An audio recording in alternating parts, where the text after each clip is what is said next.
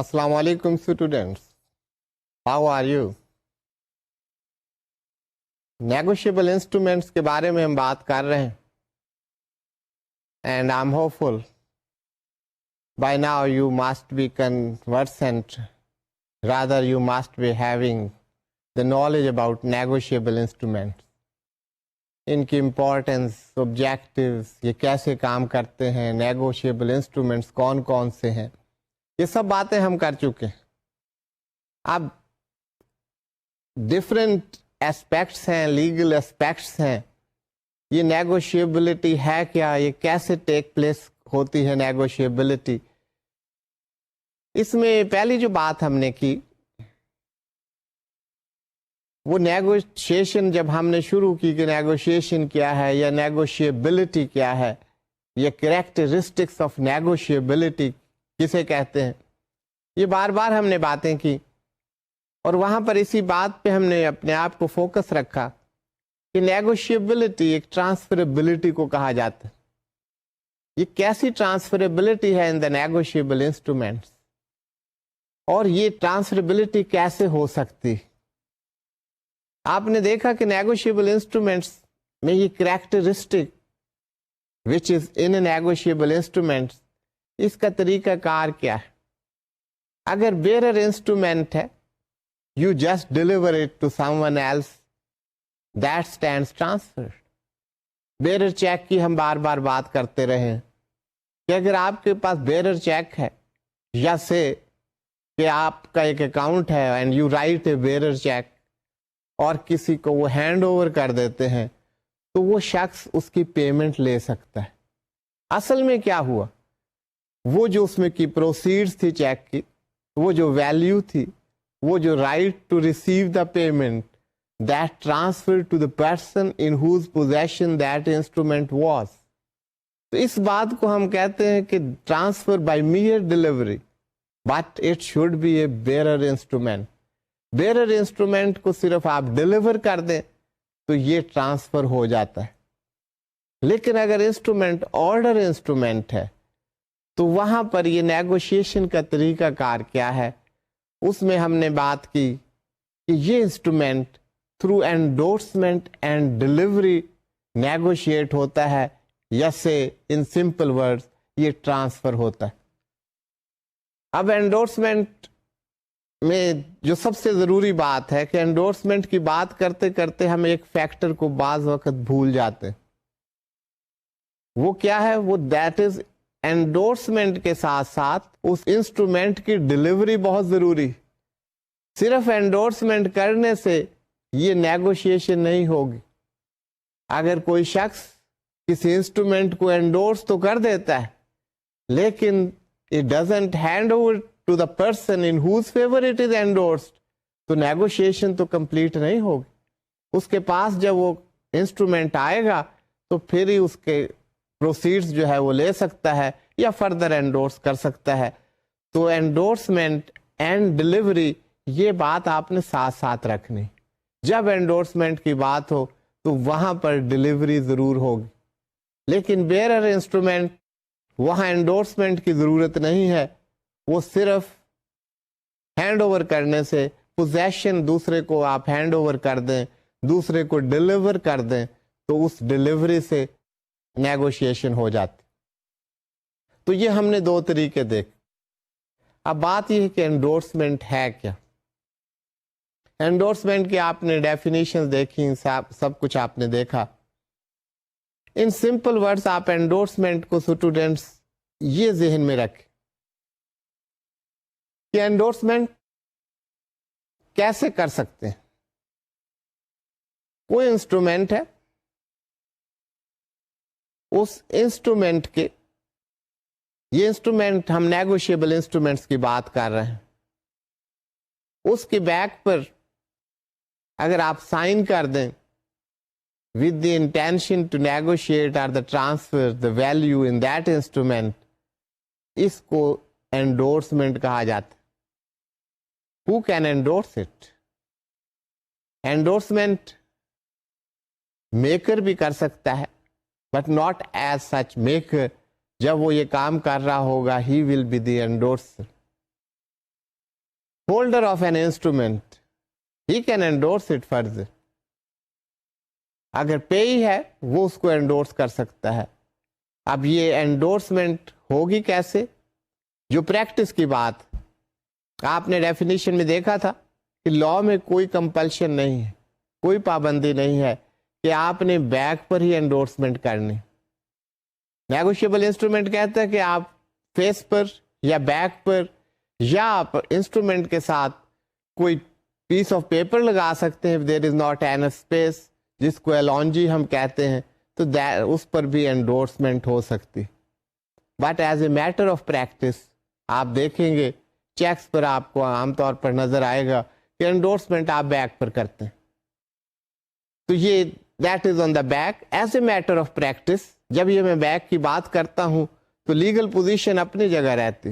If there is an endorsement on the face of an instrument تو آپ یہ نہیں کہہ سکتے کہ انڈورسمنٹ نہیں ہے. That is very much legal if it is on the face of the instrument.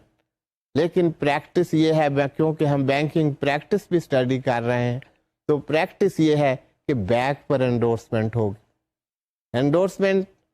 Endorsement کرنے والا اپنے سائن کر دے گا, اور ڈفرینٹ طریقے ہیں انڈورسمنٹ کے, اور اس سے وہ انڈورسمنٹ ہو جائے گی.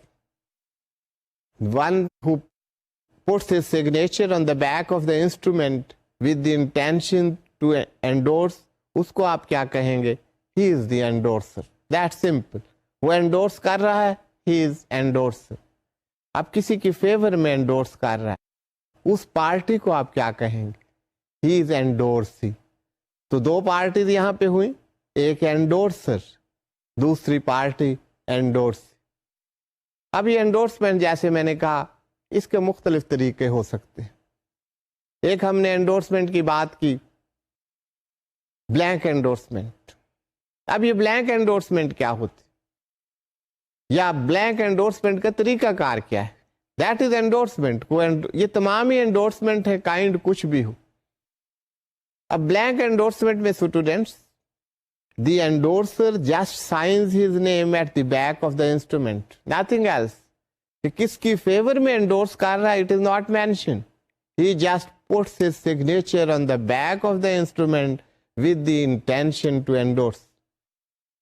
ایسی انڈورسمنٹ کو آپ بلینک انڈورسمنٹ کہیں گے. وہ کسی کا نام بھی اس میں انسرٹ کیا جا سکتا ہے, لکھا جا سکتا ہے, that person will be the endorse. تو ایک انڈورسمنٹ آپ نے دیکھی بلینک انڈورسمنٹ. دوسری انڈورسمنٹ جس کو ہم اسپیشل انڈورسمنٹ کہتے ہیں یا فل انڈورسمنٹ کہتے ہیں, عام طور پر آپ کو یہی انڈورسمنٹ نظر آئے گی. تو انڈورسمنٹ کا مقصد یہ ہے کہ آپ فردر اس کو ٹرانسفر کرنا چاہتے ہیں. باقی انڈورسمنٹ دیکھیں گے تو ان انڈورسمنٹس کی زیادہ تر ضرورت نہیں ہوتی, but that is a type, اور اگر آپ چاہیں تو وہ انڈورسمنٹس بھی کر سکتے ہیں. تو یہ اسپیشل اور فل انڈورسمنٹ کیا ہے؟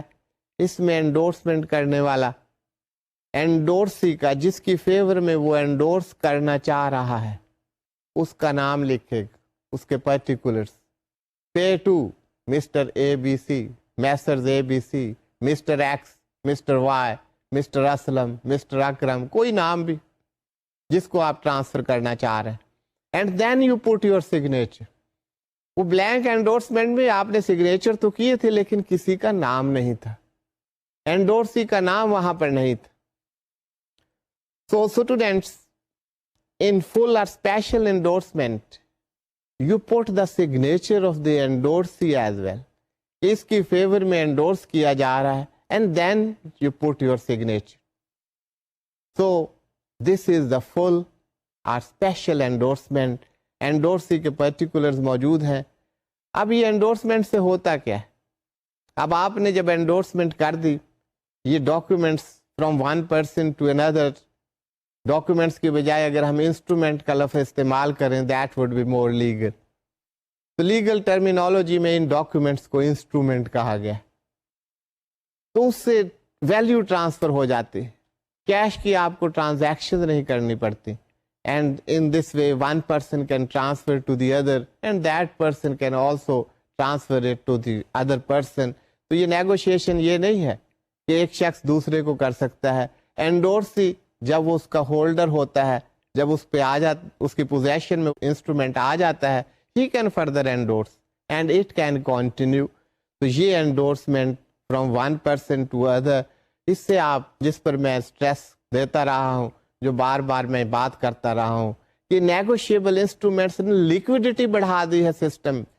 فائنینشیل سسٹم میں لیکوڈیٹی کو بڑھانے میں انسٹرومنٹس کا بہت ہاتھ. دیر از اے چیک آف 100,000 روپیز, آپ اس کو انڈورس کر کے دوسرے کو دے دیتے ہیں, دوسرے نے جو انڈورس ہے وہ فردر انڈورس کر دیتا ہے. It changes 4 hands 5 hands. تو 100,000 نے 500,000 کی لیکوڈیٹی کریٹ کر دی. And by what means, cash is not involved, it is the paper, it is the instrument which has created that liquidity. ورنہ یہ کیش چاہیے ہر پارٹی کے پاس اور وہ فردر اس کی کیش کی پیمنٹ کریں. Without that cash, these instruments are playing their role in the financial system. تو فائنینشیل سسٹم کی لیکوڈیٹی کو امپروو کرنے میں, بزنس کو امپروو کرنے میں ان انسٹرومنٹس کا بہت ہاتھ. اور یہ انڈورسمنٹ کا mechanism that also plays an important role. یہ انسٹرومنٹس موجود ہیں تو انڈورسمنٹ بھی ہو رہی ہے, تو لیکن انڈورسمنٹ ایک بہت امپورٹنٹ میکینزم ہے جس کے ذریعے یہ ٹرانسفریبلٹی ہو رہی. تو اسٹوڈینٹس, یہ جو اسپیشل انڈورسمنٹ جس کو ہم کہہ رہے ہیں, فل انڈورسمنٹ کہہ رہے ہیں, عام طور پر یہی انڈورسمنٹ رائج. اس کے علاوہ ایک اور endorsement, that is restrictive endorsement. Restrictive endorsement میں یہ ہے کہ negotiability of that instrument that is restricted. اب negotiable instrument at times they cease to be negotiable. اب یہ ریسٹرکٹیو انڈورسمنٹ اگر آپ نے کر دی تو اس کی فردر نیگوشیبلٹی ختم ہو جاتی ہے. That ceases, that stops, that is no more there. وہ کیسے ہوتا ہے؟ آپ پیئی ہیں ایک انسٹرومنٹ کے, آپ کے فیور میں کسی نے آپ کو ایک چیک دیا, you are the payee of the instrument, order cheque. اگر اس کو آپ فردر ٹرانسفر کرنا چاہیں, کسی کو آپ نے پیمنٹ کرنی ہے, اس کو یہ دینا چاہیں, تو آپ on the back of the instrument you will endorse it in the favour of that person. تو اس سے کیا ہوگا؟ اس when you will hand over it to that person, اس کو ڈلیور کر دیں گے, تو he will be the holder of that cheque. یہ ہولڈر ان ڈیو کورس یہ ہم آگے اسٹڈی کریں. اب وہ اگر چاہے تو اس کو فردر انڈورس کر سکتا ہے, یہ بات ہم ڈسکس کر چکے ہیں, ابھی یہ بات ہم نے کی. لیکن اگر یہ انڈورسمنٹ ایسے ہو, you are say mister A, you are the payee, آپ انڈورس کرنا چاہتے ہیں in favour of mister X, you will write pay mister X and put your signature on the back of the cheque or any instrument. اس endorsement اور delivery سے وہ check transfer ہو جائے گا, وہ چیک کی پروسیڈز وہ لے سکتا ہے endorsee, he can receive the payment. لیکن اگر آپ اس میں لکھیں pay to Mr X only, یہ اونلی کا لفظ ایڈ کر دیں, اس سے کیا ہوگا کہ now mister X doesn't have the authority to further endorse or the negotiated. اب اس کا نیگوشیبلٹی کا کریکٹرسٹک جو ہے وہ اس میں ختم ہو گیا اس انسٹرومنٹ میں. It can not be further negotiated.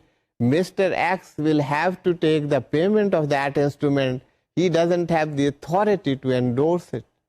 اس کو ہم کہتے ہیں that it has cease the negotiability of the instrument.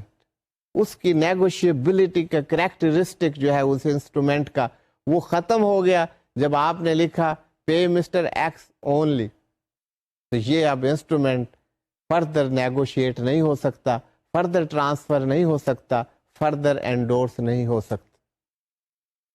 ایک وداؤٹ ریکارڈس ٹائپ ہے, اس میں جو انڈورس کرنے والا ہے جسے ہم انڈورسر کہتے ہیں, انڈورسر انڈورسمنٹ کرتے ہوئے وہ یہ لکھتا ہے کہ without records, meaning thereby without any responsibility on my part. اگر کوئی ڈیفالٹ ہوتا ہے, کوئی پرابلم ہوتا ہے, کوئی پیمنٹ نہیں ہوتی, تو میری کوئی ذمہ داری نہیں, I am endorsing it without recourse, without any responsibility on my shoulders. تو یہ بھی ہو سکتا ہے, لیکن آپ کو عام طور پر یہ انڈورسمنٹ نظر نہیں آئے گی. ایک پارشل انڈورسمنٹ ہوتے ہیں. انڈورسمنٹ فلی ٹرانسفر کرتی ہے, rather endorsement will fully transfer the instrument, whole instrument will be transferred. یہ نہیں ہے کہ آپ نے ایک انسٹرومنٹ کے پارٹ پیمنٹ جو ہے وہ کر دی ہے اور باقی نہیں ہونی. Say there is an instrument of 100,000 rupees. Payment تو 100,000 کی ہوگی, لیکن یہ ایسے ہو سکتا ہے کہ اس کی 2 انڈورسمنٹ آپ کر دیں, پے روپیز 50,000, 50,000 پے ہو جائے گا. اب بیلنس اماؤنٹ جو ہے اس کے لیے آپ فردر انڈورس کر سکتے ہیں اس کو, لیکن یہ آپ یاد رکھیے کہ چیک میں پارشل انڈورسمنٹس نہیں ہو سکتے. یہ بل آف ایکسچینج کی بات ہو رہی ہے, تو وہاں پر تو آپ کر سکتے ہیں ایسے انڈورسمنٹ. چیک میں پارشل انڈورسمنٹس کی کوئی گنجائش نہیں. اب یہ انڈورسمنٹ سے ہوتا کیا ہے؟ Endorsement transfer the ownership right in that instrument. وہ جس کے پاس وہ انسٹرومنٹ آپ نے انڈورس کیا اور جس کو ڈلیور کیا, جس کے پاس ہے وہ انسٹرومنٹ, اس کو اس انسٹرومنٹ کے اونرشپ رائٹس ٹرانسفر ہو جاتے ہیں. Those rights are vested in that person and at the same time ownership rights are vested, and at the same time right to further endorse that is vested in that person, rather that is accrued in that person. Ownership right ہے, انڈورسی اگر چاہے تو اس کی payment لے سکتا ہے. انڈورسی کے پاس یہ بھی رائٹ ہے کہ وہ اس کو فردر ٹرانسفر کرنا چاہے تو اس کو فردر ٹرانسفر کر سکتا ہے. تو یہ انڈورسمنٹ کا آپ نے دیکھا, یہ ہم نے بات کی. اب یہ اس کے ساتھ ساتھ ہم نے 2 اور باتیں کی. ایک میچورٹی کی بات تھی, ایک ڈیز آف گریس کی بات. نیگوشیبل انسٹرومنٹس کی ایک میچورٹی ڈیٹ ہوتی. What is the maturity date? It is the date at which a negotiable instrument is payable. Payability کی جو ہم نے بات کی تھی, اور بار بار ہم نے وہ بات کی, because that is very significant. A negotiable instrument is payable by 3 ways: on demand, at a fixed date, or a future determinable date. یہ 3 طریقے ہو سکتے ہیں پیبلٹی کے, کہ یہ پیمنٹ اس کی اس طرح ہوگی. لیکن یہ تمام باتیں کرنے کے ساتھ ساتھ یہ بات ہمیشہ آپ کے ذہن میں رہنی چاہیے, that check which is also a negotiable instrument, that is always payable on demand. وہاں پر یہ باقی 2 چیزیں نہیں ہوں گی. وہاں پر کوئی فکس ڈیٹ یا ڈٹرمینیبل فیوچر ڈیٹ کا کوئی کانسیپٹ نہیں. چیک کی آپ نے ڈیفینیشن بھی دیکھی اور بڑے زور سے اس میں کہا گیا, check is a bill of exchange drawn on a specified bank and not expressed to be payable otherwise than on demand. So check is always payable on demand. So students, آپ نے دیکھا ایک میچورٹی ڈیٹ ہوگی other instruments. Say there is a bill of exchange. Bill of exchange میں لکھا ہوا ہے 60 days after date. تو جس ڈیٹ کو یہ بل آف ایکسچینج ڈرا کیا گیا, اس کو بنایا گیا, اس کو لکھا گیا, اس سے 60 days کے بعد یہ پیبل ہے. That is the maturity date of that instrument. Check کی maturity, that is always on demand. اب یہاں پر there are 3 days of grace available. Say there is an instrument that is payable 60 days after date, اور یہ after 60 days that say that date falls as 21st May. اب یہ جو 21st May ہے, یہ اس کی میچورٹی ڈیٹ ہے bill of exchange. اب اس ڈیٹ کے بعد 3 days آف گریس اویلیبل ہیں. اب اس میچورٹی ڈیٹ میں 3 days grace days those can be allowed for payment of that instrument. that is provided in Negotiable Instrument Act 1881. تو یہ days of grease available ہیں negotiable instruments میں، لیکن اس کے ساتھ ساتھ یہ بات ذہن نشین رہے کہ no days of grace are available in case of cheque. Cheque is always payable on demand. تو یہ ایک بہت امپورٹنٹ ایلیمنٹ ہے، رادر فیکٹر ہے. یہ ڈفرینٹ فیکٹرز موجود ہیں نیگوشیشن میں، نیگوشیبلٹی میں، نیگوشیبل انسٹرومنٹس میں، ان میں endorsement that is very important part of it. تو یہ ہم نے اس کے ڈفرینٹ اسپیکٹس دیکھے، یہ آپ کو ذہن نشین رہنے چاہیے. اس کے بعد ہم موو کرتے ہیں parties to notes, bills and cheques. Notes جو ہیں پرومزری نوٹ کو کہتے ہیں. جب صرف نوٹ کا لفظ آئے it means promissory note. This is in context of the negotiable instrument. جب نیگوشیبل انسٹرومنٹس کی بات ہو رہی ہو اور وہاں پر نوٹ کہا جائے یا بل کہا جائے تو بل سے مراد بل آف ایکسچینج، نوٹ سے مراد promissory note. Since you have started اور بار بار ہم نے یہ باتیں کی تو اب اس اسٹیج پر ہم کہہ سکتے ہیں note and bills, and that concept should come into the mind what a note is and what a bill is.